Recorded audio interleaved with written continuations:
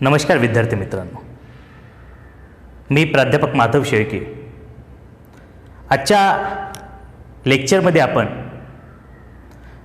भारतीय राज्यघटनेची निर्मिती प्रक्रिया या टॉपिकच्या संदर्भामध्ये चर्चा करतो। आपल्याला माहीत आहे की भारताला 1947 साली स्वातंत्र्य मिळालं। त्या अगोदर भारतावरती ब्रिटिशांची सत्ता होती।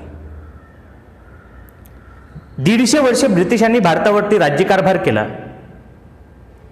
त्याच्या अगोदरचा जर आपल्याला इतिहास तपासून पाहायचा झाला तर ईस्ट इंडिया कंपनी भारतामध्ये इसवी सन 1600 मध्ये आली आणि ईस्ट इंडिया कंपनीचा कारभार 1857 पर्यंत चालला।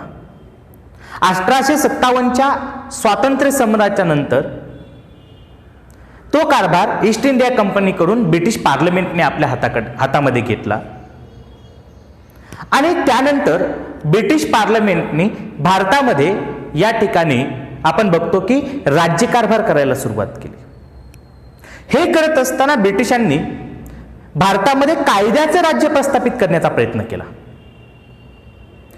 त्यामुळे ब्रिटिशांनी 1773च्या रेग्युलेटिंग ऍक्ट पासून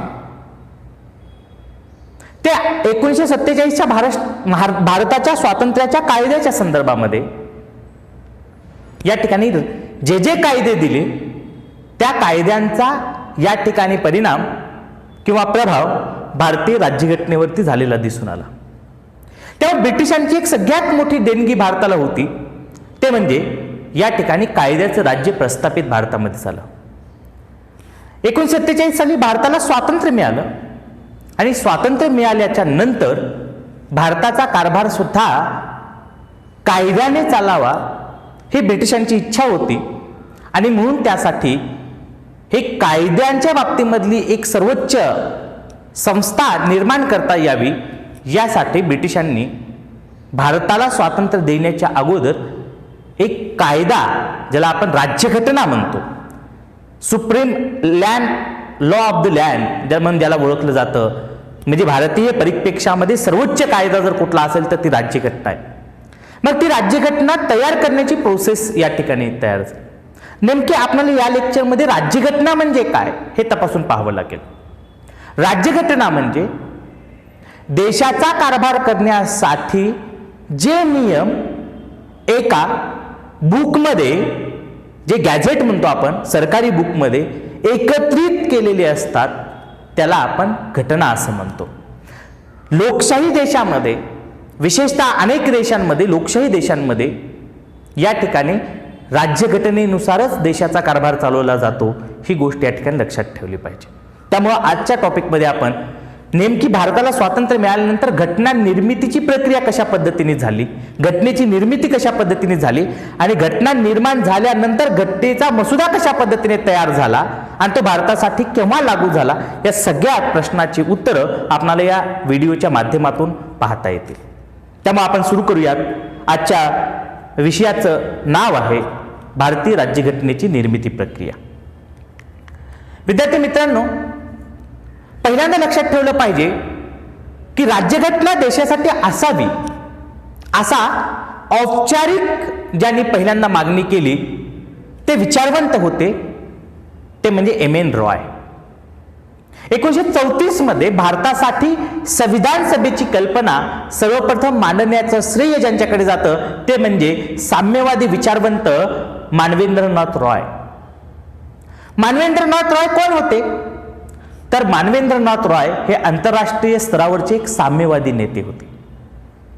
आंतरराष्ट्रीय स्तरावर अनेक साम्यवादी परिषदेमध्ये त्यांनी भारतीय कम्युनिस्ट पक्षाचं प्रतिनिधित्व केलेलं दिसतं आणि त्यांनी पहिल्यांदा भारतासाठी एक संविधान सभा असावी अशी पहिल्यांदा या ठिकाणी ऑफिशियल, औपचारिकरित्या या ठिकाणी मांडणी ब्रिटिशांकडे मांडलेली होती।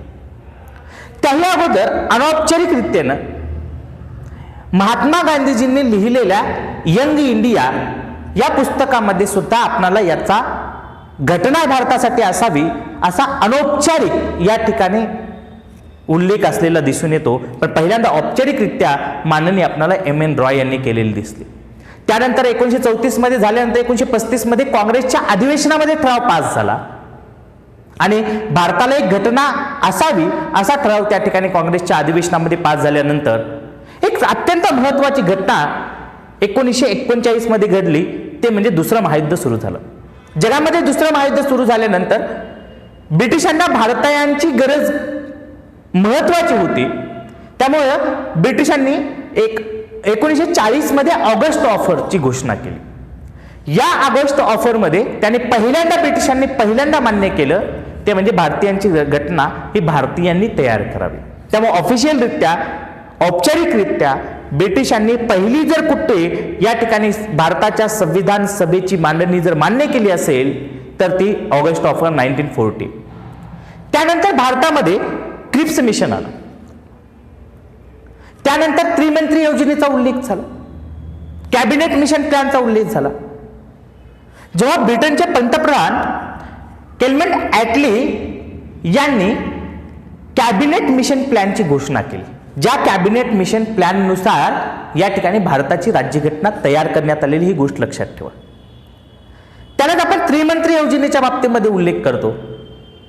त्रिमंत्री म्हणजे ब्रिटिशांच्या मंत्रिमंडळामध्ये जे 3 मंत्री होते, अर्थातच त्यांचे नाव स्टेफर्ड पीप्स, अल्बर्ट अलेक्झांडर आणि तत्कालीन भारत मंत्री सर पॅट्रिक लॉरेन्स, या तिघांची मिळून एक कमिटी तयार केली ज्याला आपण त्रिमंत्री योजना म्हणतो. ती त्रिमंत्री योजना भारतामध्ये आली. हे 3 सदस्य भारतामध्ये आले आणि त्यांनी भारताला कशा पद्धतीने घटनेचा संरचना तयार करायची ही जबाबदारी यांच्याकडे दिली होती.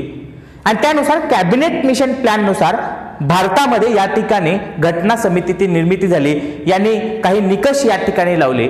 त्यामध्ये 10 लाख लोकसंख्येच्या मागे एक सदस्य या पद्धतीने संरचना तयार केली आणि घटना समिती निर्मिती या ठिकाणी केली. त्रिमंत्री योजनेनुसार संविधान सभेची रचना ठरवण्यात आली आणि संविधान सभेत एकूण 389 सदस्य या ठिकाणी सुचवण्यात आले. आत्ताच मी त्याचा उल्लेख केला की 10 लाख लोकसंख्येच्या मागे एक सदस्य या पद्धतीने संरचना ठरवण्यात आली. एकूण मॅक्झिमम सदस्य घटना समितीमध्ये असतील ते म्हणजे 389 सदस्य. आता 389 सदस्य येणार कुठून होते? त्यावेळी तत्कालीन 1946चा भारताचा जर उल्लेख केला तर ब्रिटिशांच्या आधिपत्याखाली भारत होता, चीफ कमिशनरचा भारत होता आणि संस्थानिकांचा भारत होता. या 3 भागामध्ये भारताची विभागणी झाले होतं. यांना सगळ्यांना प्रतिनिधित्व घटना समितीमध्ये देणं अपरिहार्य होतं आणि त्याच अनुषंगानं 292 सदस्य हे ब्रिटिशांचे जे 11 प्रांत होते त्या 11 प्रांतामधून या ठिकाणी 292 सदस्य निवडले जाणार होते. 4 चीफ कमिशनर प्रांतामधून निवडले जाणार होते आणि 93 सदस्य हे संस्थानिकांकडून या ठिकाणी नियुक्त केले जाणार होते. अशा अनुषंगाने 389 सदस्यांची या ठिकाणी रचना ठेवण्यात आली आणि त्याच्या संदर्भामध्ये बघितल्या तर या 389 जागा मध्ये काही जागा राखीव ठेवण्यात आल्या. विशेषतः आपण जर बघितलं तर राखीव जागांच्या बाबतीमध्ये सर्वसाधारणसाठी 210 जागा राखीव ठेवण्यात आलेल्या होत्या. मुस्लिमांसाठी 78 जागा राखीव ठेवण्यात आलेल्या होत्या. शिखांसाठी 4 जागा राखीव ठेवण्यात आलेल्या होत्या आणि इतरांसाठी सुद्धा 4 जागा या ठिकाणी राखून ठेवण्यात आल्या. जुलै मध्ये 1946 मध्ये घटना समितीच्या निवडणुका झाल्या आणि रिझल्ट डिक्लेअर झाले. त्यानुसार विजयी उमेदवार विजयी जागा जर बघितली आपण तर भारतीय राष्ट्रीय काँग्रेसला या ठिकाणी 296 जागांपैकी 208 जागा मिळाल्या. मुस्लिम लीगला 73 जागा मिळाल्या. अपक्षांना 7 जागा मिळाल्या. इतर छोटे मोठे जे पक्ष होते त्यांना एकूण 8 जागा मिळाल्या. म्हणजे हे जर आपण बघितलं घटना समितीच्या निवडणुका मग कशा आधारित झाल्या? प्रत्यक्ष लोकांकडून मतदान घटना समितीकडे झालेलं नाही. 1935च्या कायद्यानुसार 1937 मध्ये पहिल्यांदा या ठिकाणी प्रांतामध्ये निवडणुका घेण्यात आल्या आणि त्या निवडणुकीच्या माध्यमातून त्या प्रतिनिधींनी घटना समितीच्या सदस्यांना या ठिकाणी मतदान केलं आणि इनडायरेक्ट पद्धतीने या ठिकाणी त्यांच्या निवडणुका पार पडलेल्या आपल्याला दिसून येतात. आता घटना समितीच्या निवडणुका झाल्या त्यानंतर एक अत्यंत महत्वाची घटना घडली. ती घटना कुठली होती ही गोष्ट लक्षात ठेवा. ती घटना होती ती म्हणजे या ठिकाणी आपण भारताला स्वातंत्र्य मिळाल्यानंतर घटना समितीमध्ये निवडणुका झाल्यानंतर ज्या ठिकाणी 208 जागा भारतीय राष्ट्रीय काँग्रेसला मिळाली आणि 73 जागा मुस्लिम लीगला मिळाल्या, तेव्हा मुस्लिम लीगला वाटलं की आता भारतामध्ये आपला टिकाव लागणार नाहीये, भारतीय राष्ट्रीय काँग्रेसचंच बहुमत होईल. त्यामुळे त्यांनी या ठिकाणी संविधान सभेमध्ये सामील होण्याचं नाकारलं आणि वेगळ्या पाकिस्तानची मागणी या ठिकाणी सुरू केली. आणि पाकिस्तान झाल्यानंतर 1947ला 15 ऑगस्ट 1947ला या ठिकाणी भारताला स्वातंत्र्य मिळालं आणि मग हे दोन राष्ट्र वेगळे झाले, भारत आणि पाकिस्तान.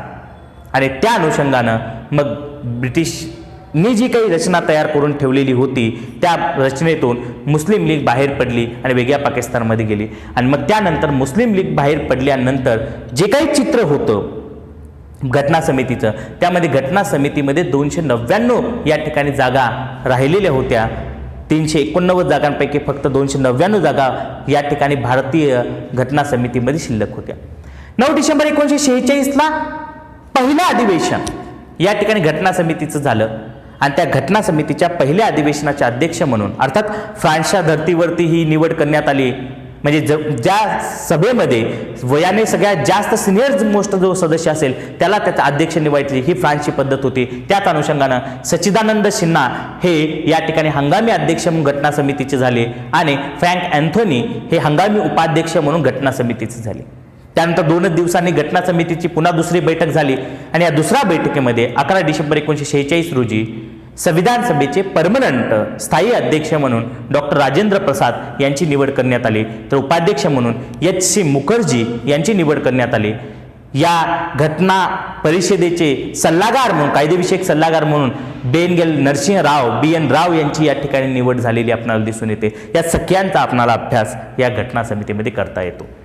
आता त्याही अनुषंगाने आपल्याला चर्चा करता येते की 3 जून 1947 रोजी माउंटबॅटन जो प्लॅन तयार झाला, 3 जून 1947 रोजी माउंटबॅटन प्लॅननुसार भारताची फाळणी करण्यात आली आणि भारताची फाळणी झाल्यानंतर या ठिकाणी मुस्लिम बहुसंख्य असलेला वेगळा पाकिस्तान आणि हिंदू बहुसंख्य असलेला हिंदुस्थान अशा पद्धतीने विभागणी झाली आणि त्यानुसार घटना समितीची जी पुनर्रचना होती ती पुनर्रचना या ठिकाणी दिसून येते. म्हणजे 3 ऑक्टोबर 1947 रोजी घटना समितीची पुनर्रचना झाली आणि त्यामध्ये 389 जी सदस्य संख्या ठेवण्यात होती. पाकिस्तान बाहेर पडल्यामुळं घटना समितीतून या ठिकाणी सदस्य संख्या कमी करण्यात आली आणि 299 जागा या घटना समितीच्या या ठिकाणी ठरवण्यात आल्या.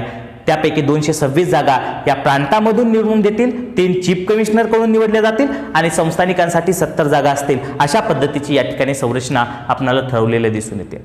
आता घटना समितीचं पूर्ण स्ट्रक्चर झाल्यानंतर घटना समितीमध्ये महिलांना सुद्धा पुरेसं प्रतिनिधित्व दिलं गेलं होतं. घटना समितीमध्ये एकूण 15 महिला निवडून आलेल्या होत्या. त्या 15 महिला कुठल्या होत्या यांची आपल्याला नावं माहीत असणं गरजेचं आहे, कारण MPSCच्या एक्झाममध्ये बऱ्याच वेळेस प्रश्न या ठिकाणी विचारले गेलेला आहे. पहिले अमू स्वामीनाथन, एनी मस्करीन, बेगम एजाज रसूल, दक्षियानी वेलुवर्धन, दुर्गाबाई देशमुख, हंसा मेहता, पूर्णिमा बनर्जी, रेणुका रे, सरोजिनी नायडू, विजयलक्ष्मी पंडित, सुचिता कृपलानी, कमला चौधरी, लीला रे, मालती चौधरी आणि राजकुमारी अमृत कौर या 15 महिलांचा समावेश आपल्याला घटना समितीमध्ये झालेला दिसून येतो. आता घटना समितीचे काम कुठले होते, तर पहिलं काम या ठिकाणी बघूयात घटना समितीचं काय होतं. ते घटना समिती घटना तयार करणार होते. आता घटना तयार करण्यासाठी म्हणून 13 डिसेंबर 1946 रोजी पंडित जवाहरलाल नेहरू यांनी उद्दिष्टांचा ठराव घटना समितीमध्ये मांडला होता आणि तो उद्दिष्टाचा ठराव 22 जानेवारी 1947ला संमत झाला. त्या उद्दिष्टाच्या ठरावामध्ये काय होतं, तर कुठल्या अनुषंगानं कुठल्या मुद्द्यावरती घटना बनवली पाहिजे तेच मुद्दे या ठिकाणी प्रस्तुत करण्यात आले. त्याला आपण घटनेच्या या ठिकाणी उद्देश पत्रिका म्हणतो. ती उद्देश पत्रिका या ठिकाणी सादर केली आणि त्या अनुषंगाने भारतीय राज्यघटना बनवण्यात आली. दुसरा मुद्दा होता की मे 1949 मध्ये आपण राष्ट्रकुलाच्या सदस्याला अनुमोदन दिलं. आता राष्ट्रकुल सदस्य म्हणजे काय, ज्या राष्ट्रावरती ब्रिटिशांची सत्ता होती त्या राष्ट्राचे जे सदस्य असतील त्यांनी जी संघटना तयार केलेली एकत्र येऊन त्याला आपण राष्ट्रकुल म्हणतो. ही गोष्ट या ठिकाणी लक्षात ठेवा. मग मे 1949 रोजी आपण राष्ट्रकुलाचे सदस्य याला आपण मान्यता दिलेली होती. 22 जुलै 1947ला आपण राष्ट्रध्वजाला ची स्वीकृती केली. या ठिकाणी लक्षात ठेवा, राष्ट्रध्वजाचा जो आपण स्वीकार केला, पिंगली व्यंकय्या यांनी तो डिझाईन केलेला होता. त्या राष्ट्रध्वजाला मान्यता 22 जुलै 1947ला आपण दिली आणि 24 जानेवारी 1950ला भारताचे राज्यचिन्ह आपण स्तंभ जो आहे आपला अशोक स्तंभ त्याला मान्यता दिली आणि 24 जानेवारी 1950 रोजी भारताचे राष्ट्रगीत आणि राष्ट्रगान हे स्वीकृत केलं. ही गोष्ट या ठिकाणी लक्षात ठेवली पाहिजे. सगळ्यात महत्त्वाचं आता वेगवेगळ्या कमिट्या या ठिकाणी करण्यात आल्या. घटना समितीच्या बाबतीमध्ये वेगवेगळ्या कमिट्या या ठिकाणी करण्यात आल्या. त्या कमिटीच्या माध्यमातून या ठिकाणी घटना समितीचं काम चालवलं जाणार होतं आणि म्हणून ही गोष्ट लक्षात ठेवली पाहिजे की या सगळ्या कमिट्यांना एकत्रित करून मग मेजर कमिट्या या ठिकाणी 22 होत्या. या 22 कमिट्यांच्या संदर्भामध्ये घटना तयार केली. त्या कमिटीकडे ती जबाबदारी दिली आणि त्या अनुषंगानं घटनेचा एक ड्राफ्ट तयार केला गेला. तो ड्राफ्ट शेवटी मसुदा समितीकडे आला आणि अत्यंत महत्त्वाची समिती होती ती म्हणजे मसुदा समिती. या मसुदा समितीचे अध्यक्ष डॉक्टर बाबासाहेब आंबेडकर होते. तर त्या समितीमध्ये एन गोपालस्वामी अय्यंगार, अल्लादी कृष्णस्वामी अय्यर, सईद अहमद सादुल्ला, डॉक्टर के एम मुन्शी, एन माधवराव, टी कृष्णमाचारी यांचा या मसुदा समितीमध्ये समावेश असलेला आपण दिसून येतो. या घटना समितीच्या मसुदीच्या बाबतीमध्ये आपण चर्चा करतो. त्या मसुद्याचं पहिलं वाचन या ठिकाणी लक्षात ठेवा फेब्रुवारी या ठिकाणी 1948ला घटना समिती समोर ते सादर झालं आणि प्रथम वाचन 4 नोव्हेंबर 1948 ते 9 नोव्हेंबर 1948ला झालं. दुसरं वाचन 15 नोव्हेंबर 1948 ते 17 ऑक्टोबर 1949 पर्यंत चाललं. तृतीय वाचन 14 नोव्हेंबर 1949 ते 26 नोव्हेंबर 1949 पर्यंत चाललं.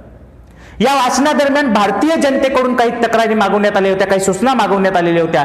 त्या सूचनेची संख्या जर बघितली तर भारतीय जनतेने त्याच्यामध्ये किती उत्स्फूर्त प्रतिसाद दिलेला होता हे लक्षात येईल. जवळपास 7353 सूचना तक्रारी घटना समितीकडे आलेल्या होत्या, म्हणजेच मसुदा समितीकडे आलेल्या होत्या की याच्यामध्ये तुम्ही चेंजेस करावं.